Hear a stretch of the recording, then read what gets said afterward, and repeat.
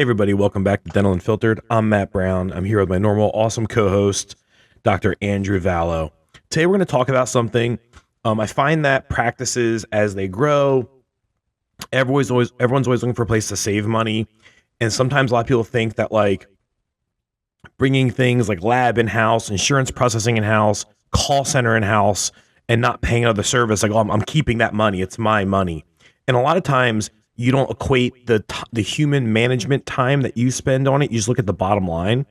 And there's also an accuracy thing. So it's like, do we do it in-house or outsource it? Dr. Vallo's had a very different approach. Most people, as they grew groups, create their own lab, create this. Dr. Vallo's has been opposite. He has outsourced most of it. And I think from me watching him over the last couple of years, that has allowed him to pay attention more to the overall practice and the mission and not kind of managing these little components that someone else could handle. So Doc, you outsource a lot of things. What things do you outsource that people growing a group of your size, I think, make the mistake of bringing in-house with the idea of savings? Yeah, so I thought this was a good topic because I was recently on a golf and ski trip, which is kind of interesting. But I was on a trip with some dentist friends from a mastermind group that I'm in, and one of them was talking to me, and they were kind of saying like, "Hey, so like insourcing or in-housing some of this stuff as you guys have been growing, so we're 10 offices now. We're working on opening up number 11 and number 12, and." They were just curious. As you grow, again, as you mentioned, I think a lot of dentists do grow groups do try to create their own call center, lab, in-house insurance team, whatever it is. And we really haven't taken that approach. And it's not that I haven't looked into it, because I have. You only have so much bandwidth, Matt, and there's only so many things that you can focus on one time. So it's the question of, again, the age-old question is the juice worth the squeeze? So what I always think about is how much time, effort, and money would go into building or buying or whatever our own in-house lab or our own in-house call center. And then the second part of the question is how much money or efficiency or whatever is that going to save me if I do that? And the third part of the question is, are there other things that could help my group grow more if I put that time, effort, money into that instead? And so I think this is like kind of a struggle that a lot of growing groups face. And I don't think there's a one size fits all. I don't think there's necessarily, a black and white, right and wrong answer. But, based on my own analysis of my business, at least at this point in time, and it may change in the future, but at least at this point in time, like we'll talk about the call center real quick. So I've used Golden Goose since the day I opened my first practice. My thought process is the amount of money I have to spend to get a call center up and running, the turnover, which usually kind of think of like front desk, usually very high turnover positions. I'm on training, and I'm thinking like, can I or somebody on my team train call center agents to do a better job than the Golden Goose call center agents do? I don't know. I mean, honestly, I don't know that I can. I don't think you want to find out. I don't think I want to find out. And then it's like, how much money am I going to save? And then like, honestly, because then people start talking about like, well, you could create the call center and then use it for other groups too. And like now it's just that's a whole other business. Thing. Right. It's a whole bad other idea. business. It's a horrible idea. I mean, again, obviously those are business models and they work. And, Dr. Phelps, I think has done well with Golden Goose, but I like to kind of stay in my lane. I've grown a group from 0 to 10, soon to be 12 practices over the course of, less than 5 years now. And I've realized this is what I'm good at, finding and starting and growing practices. I think I would really dilute myself if I start doing that. The lab, my partner, Dr. Sasha, who's on the podcast as a guest host, sometimes with his clinical segment. He likes to geek out with technology. He enjoys stuff with like lab stuff. And he has mentioned to me a couple times about, us starting or buying a lab. And I've told him, hey, you know what? Like, let me know what the costs look like. If you want to run 100% of it, like, I'm open to the idea, but I don't want to distract myself from our main business from the group. So if like again, I only have so much time, only have so much focus. I want all of my focus on the group, I guess, and the podcast, since you dragged me into this, but I want all my focus to be on what is really important, which is my dental offices. So, and he had kind of looked into it and he's like, yeah, I don't know, maybe now's not the time. And I honestly, again, I would agree with him because we've leveraged great labs to give us great pricing. And again, it's one of those things, how much money are we, by the time we pay the lab tech, even with the volume we're doing at our size, by the time we pay the lab tech and, all that stuff and invest in it versus, we're paying $900 an arch for zirconia. Could we mill it for cheaper? Yeah. Okay. But like, how many arches is it going to take before we even break even? And then like, how much money are we truly saving on a month-to-month basis? Yeah. We're getting crowns for $47. How much money? It's not worth your time. How much money? Not worth the headache. So my advice would be, again, me personally, unless it's something you really have a passion for, instead of putting that effort into creating your own, go search out different labs, leverage your business, find the best lab at the lowest price possible, and save the money that way. So I guess the last big thing is insurance. And I think this is probably what we're going to talk about more on this episode, because I feel like this has been so monumental for our group. But, in the beginning, this was the one thing in the beginning that we didn't outsource. So, I always outsourced the call center. We always used labs from day one. We never had our own lab or milling machines or whatever. But the very beginning, for the first year or so, we did our own insurance verifications, my team. We did our own insurance billing. And let me tell you, it was a freaking mess. And it was an even bigger mess than I realized at the time.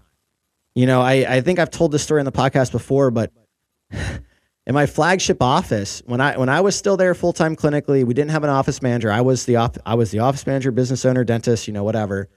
I didn't even have a true insurance coordinator. I had a, front desk team member who kind of, was doing a little bit of everything.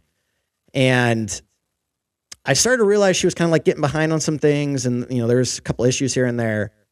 But at one point she was out sick, and I opened a drawer and just found a drawer full of unopened insurance checks, because she was getting so behind on posting insurance payments.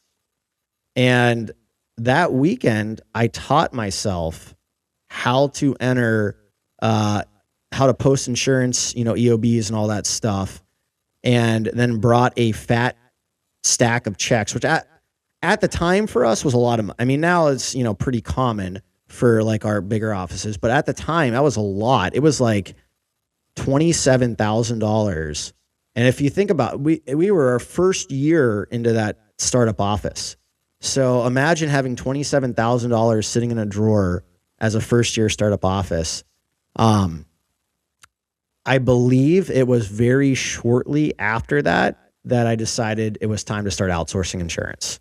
And she stayed with us for a little bit after that time. But I basically told her, I was like, hey, obviously I see that you've been getting behind here, and I get it. We maybe need some more help, but at the same time, like, the insurance checks getting posted and in the bank account, like, this is just too important. We can't risk this falling behind again. So I signed on with the first insurance billing and verification company, and I think we may have just started with billing, and then I think we added verification. But that was about 4 years ago or 3.5 years ago, something like that. And since that time, we have always outsourced our insurance billing and verification. And I have been through, I'm on my 4th company doing that now. So basically, we've been averaging about one company per year with the insurance billing and verification, and we've changed for various reasons. And at this point in time, things seem to be going very well. But we can get into some more of that. But I want to just get your take some more on the insurance side and outsourcing and what you see from docs there, Matt. Yeah, this is a conversation that's had a lot, and I want to talk about the good and the bad of it. So, you just described an experience that's pretty common. Doc, you're not in tune with your insurance processing. It's this dark art that you look at your staff and you're like, man, they know how to do that. I'm not familiar with it. Dr. Vallo found these checks and then taught himself how to handle it. If you're a PPO practice, this is a massive amount of your revenue, and time to revenue hitting your bank account is really critical. Like time, money delayed is money devalued on some level, right? And a lot of times, well, I'm going to save the money and have this person do it, and that person is doing a lot of things. And the one thing that matters is this thing, insurance processing and verification. And it's the biggest stressor in their life every day, guaranteed, whoever's handling it.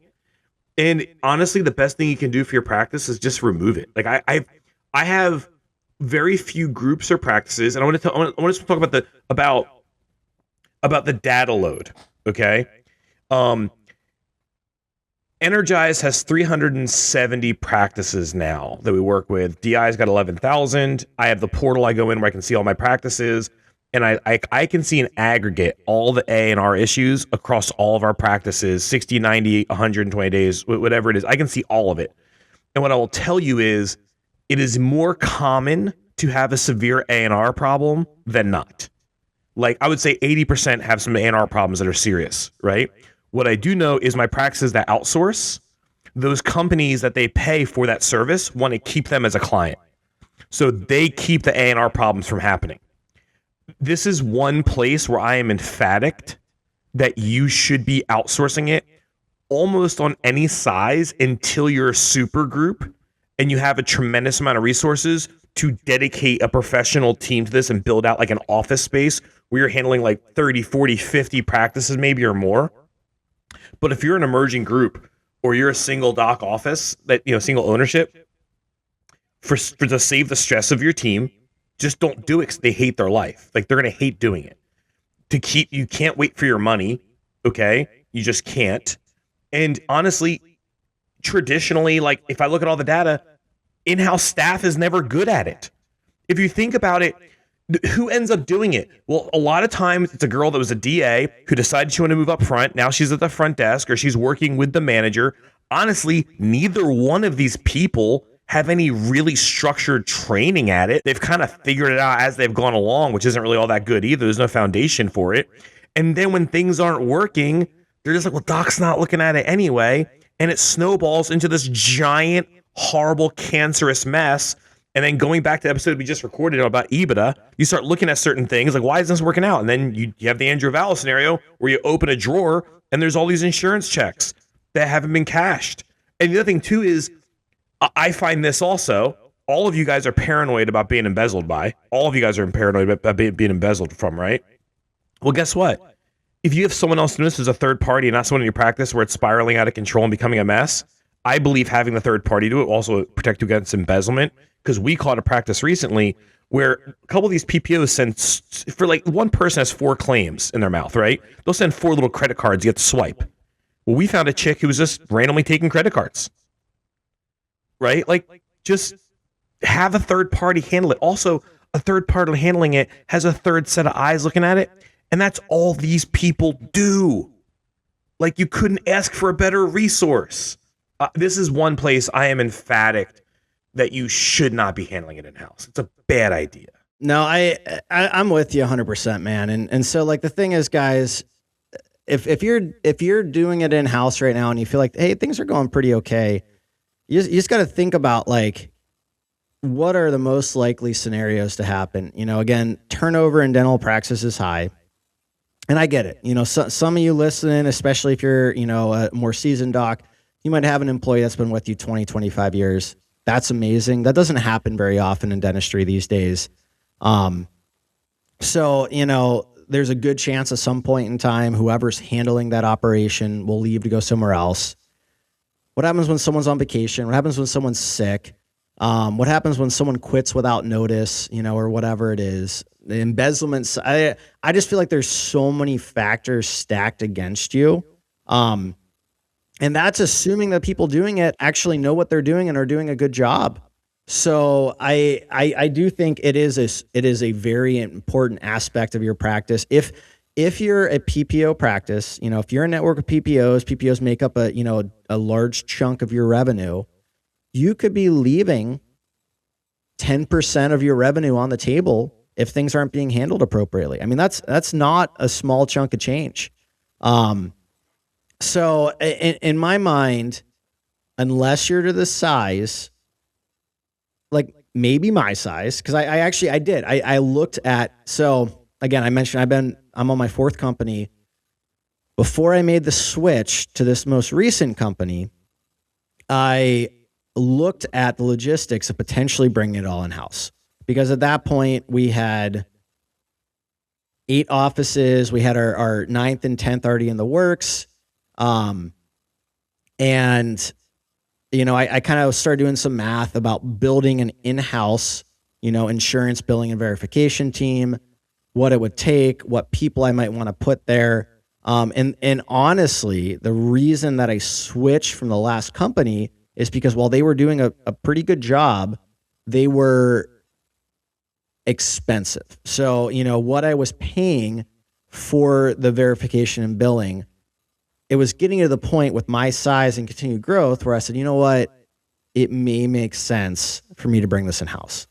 And so I was looking at the numbers. I was looking at the logistics of it, going from 8 to 10 practices. And then I found this other company, which I'll talk about in a second, where their costs were significantly lower than any of the other companies I've been with, especially than that last company.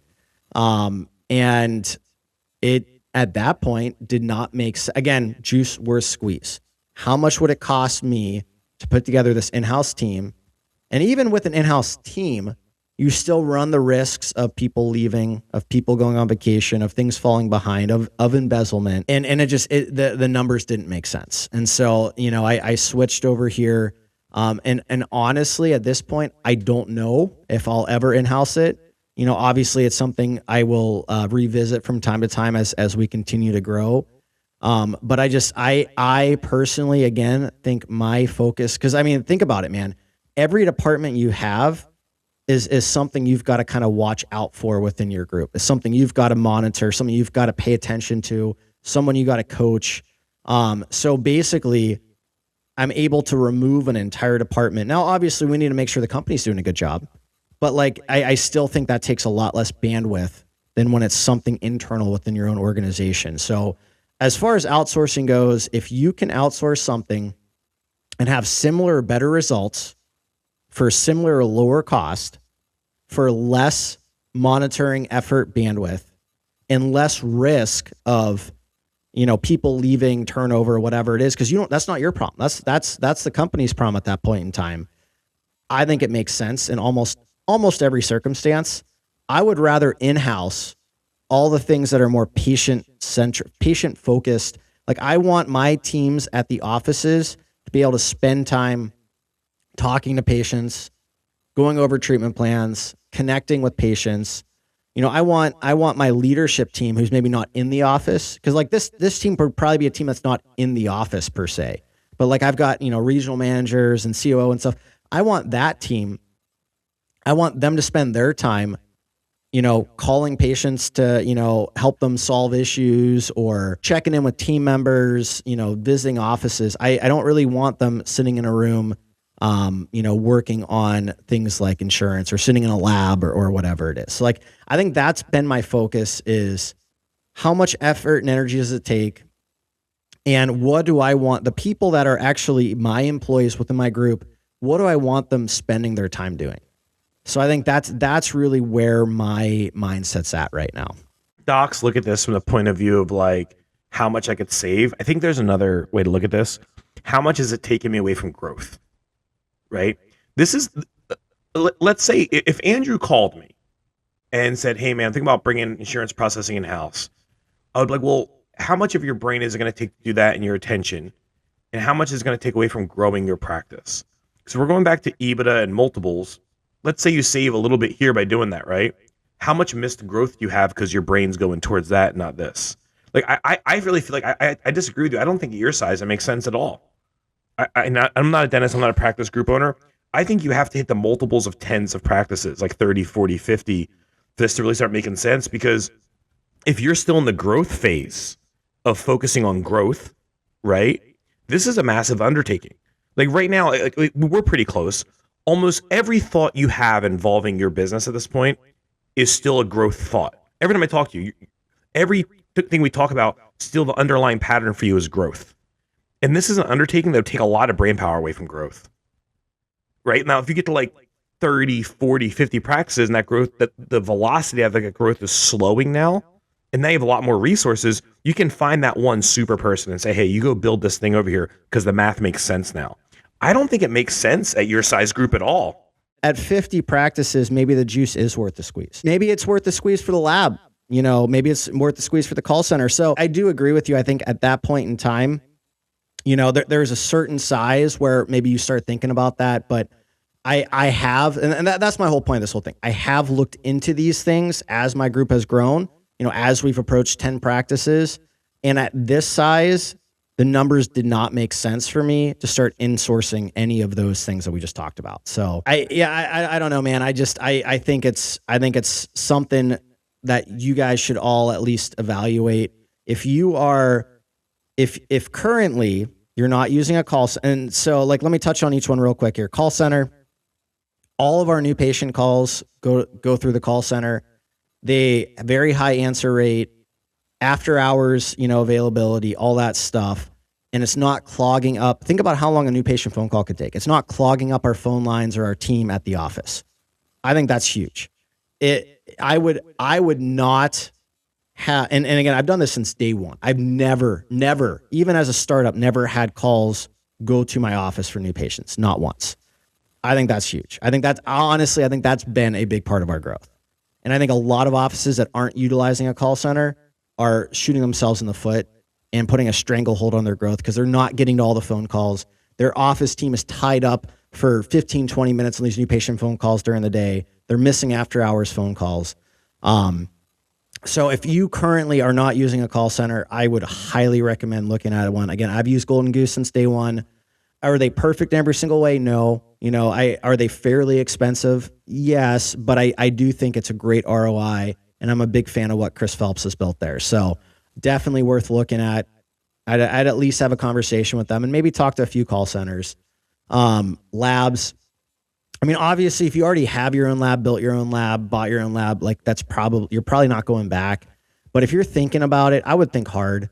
Again, even at 10 going on 12 practices for us right now, even with we're doing a huge volume of, you know, restorative implant cases, all that stuff. Even with the volume of cases we're doing, it's not worth it for us. So if you're at 1, 2, 3, 4 offices, I really don't think the juice is worth the squeeze there, unless it's something you just really want to do. If it's something that you think you're going to enjoy, that's a different story. But just realize it's probably going to take away from your business in other areas. I kind of think about it the same way as owning the real estate.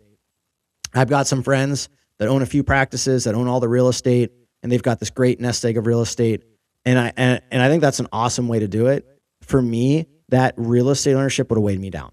So I don't own any of the real estate for any of our practices. I lease every single one. I have no intention of buying the real estate because you can only do so much. And in my mind, I would rather open more practices than own some of the real estate. For the insurance stuff, man, again, unless you're fee for service, insurance is so important.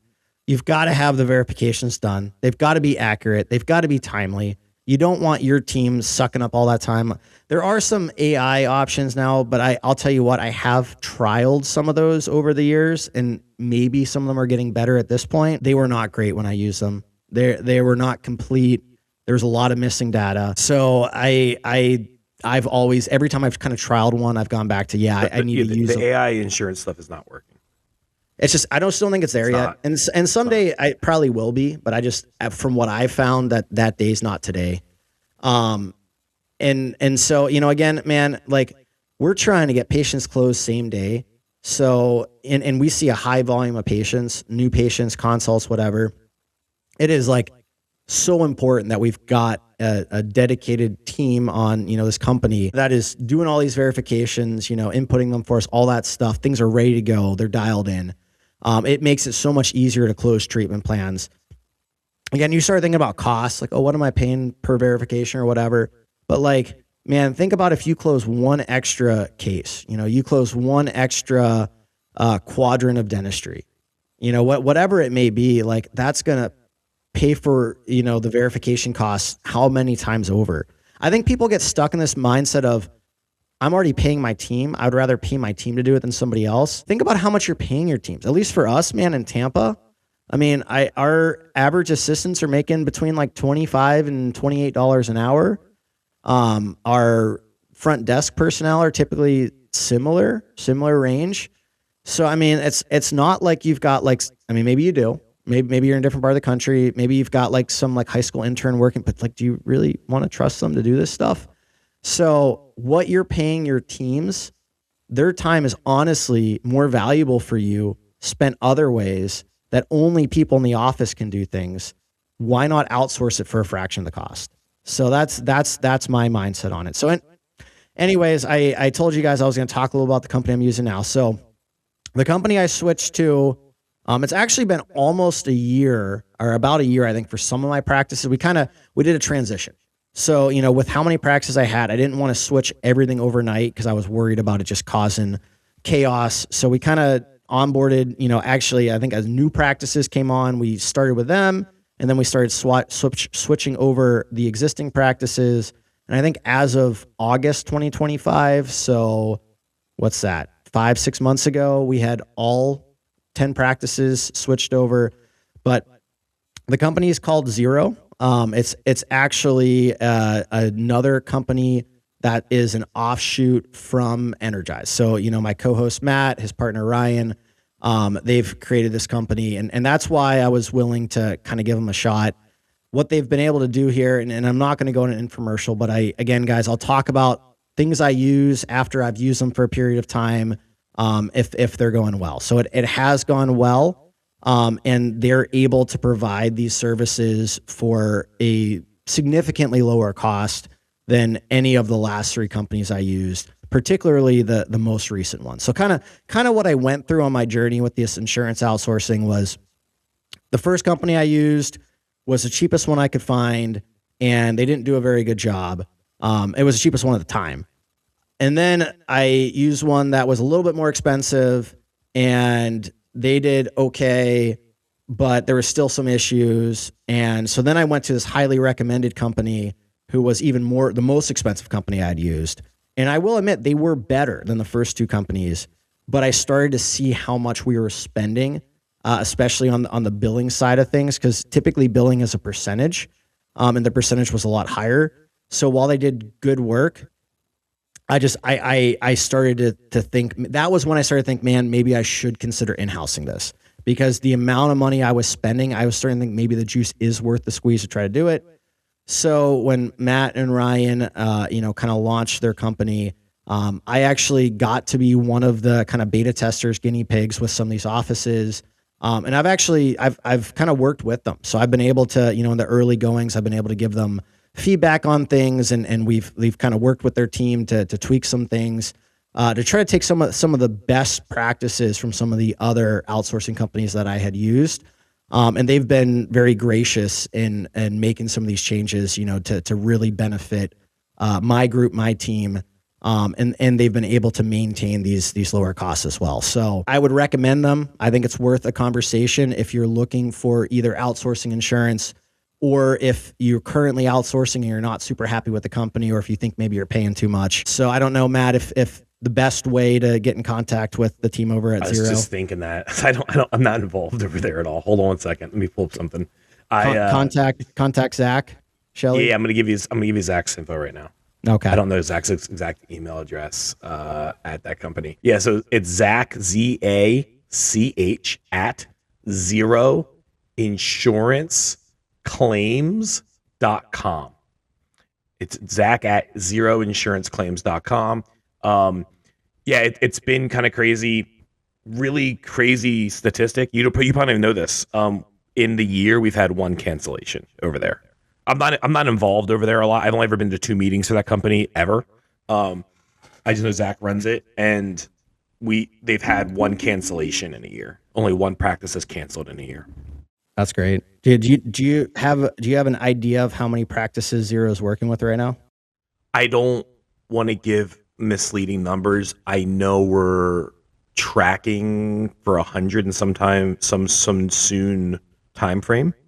I know we're processing in the millions a month. I know that. I don't know. I don't want to give exact numbers. I don't know. I've only ever been in maybe three meetings with for that company ever, because I'm so busy over at Energize. But I know that if you use Energize and you love our level of customer service and communication over there is just as good. Also, you're not dealing with overseas VAs. They're Americans here who are former office managers, who are super smart women, who are great dental warriors, who are helping out fellow dental warriors on the front lines in the practices. They're pretty amazing. So we have to wrap this up. Andrew, do you have anything else to say before we wrap it up? Well, I was just gonna say, obviously, guys, our podcast, we're not a sponsorship podcast, so it's not like Matt honestly didn't ask me to do this. Matt, I'm not getting paid to kind of talk about Zero, but I as I do with any other company I use, I want to let you guys know about what I've done. And again, obviously, Matt and his team at Energize have done great things for my group over the years. So it's been a trial for me, to kind of switch everything, and so far it's been a very good experience. And I will say, so Zach Shelley, who's kind of running the day-to-day for that side of the company for Zero, if you were ever in like the dental office manager leadership, I believe, Facebook group, Zach is a experienced dental office manager, really smart guy. I've actually gotten to know him over the years at different conferences and stuff like that. But he left his most recent position to head up the day-to-day there at Zero, and I've had great interactions with him there as well. So very smart, very experienced, and I think that's part of the reason why they've been doing such a great job. Yeah, one thing about the talent over there is, this isn't an infomercial, but it is a good resource for all you guys. We've deployed, we've literally recruited the best brains in insurance processing and verification that we could find. We from the beginning, we wanted high intelligence over there, and Zach Shelley, probably top 2 most famous male office managers ever. He's the only one with he has an ADOM. He's the second male in history to have an ADOM fellowship, there's some ADOM level. That's the highest level. He's the second male office manager in history to get it. And you couldn't ask for better brains on that side ever. They're the best. So anyways, guys, as we wrap this up here, the big point of this whole episode is, in my opinion, when you're smaller, when you have a smaller office or even a smaller group of a couple offices, I don't think it makes sense to insource almost any of this stuff. When you get bigger, as you start to grow to like a emerging group, even my size, 10 to 12 practices, I will reevaluate things. At this time, for the call center, I don't think it makes sense. For the lab, I don't think it makes sense. And for the insurance billing and outsourcing, if you can find a company priced appropriately that does a good job, I don't think it makes sense.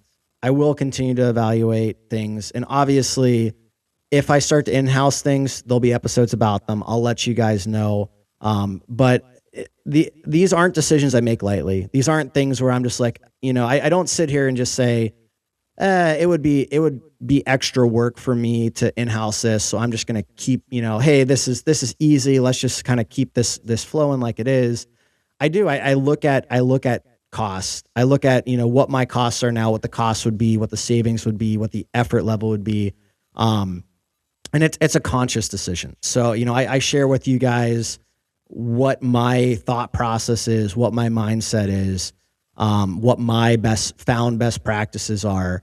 And I don't want you guys to get lost in the weeds and spend a lot of money and effort and energy to try to save a few bucks, when I think there's a lot of other things you could be doing within your practice or within your group that are going to have a much bigger impact on moving the needle. Things like focusing on increasing your reappointment rate and trying to get as close to 100% as possible. things like increasing your treatment acceptance, building out a true sales department. Like, these are the things you should be spending your effort, energy, time, money, investing in people. Those are the things that are really going to move the needle. If there's things that can be outsourced for a similar cost to have similar results, or even a lower cost to have similar results, or similar cost and better results, I don't think it's worth splitting the hairs and putting the energy into those things. So Yeah, I think outsourcing this is such a high stressor in the practice, and a place where, it's really a revenue stream. If you're a heavy PPO practice, it doesn't make sense to have it in-house and have the human error involved with it. So, hey guys, thank you so much for this episode. Please hit like, subscribe, share, follow, leave a review. Me and Doc do not accept sponsorships. We do this completely for free. There's no pay for us. This is all for the betterment of the community. So thank you guys, and have a wonderful day.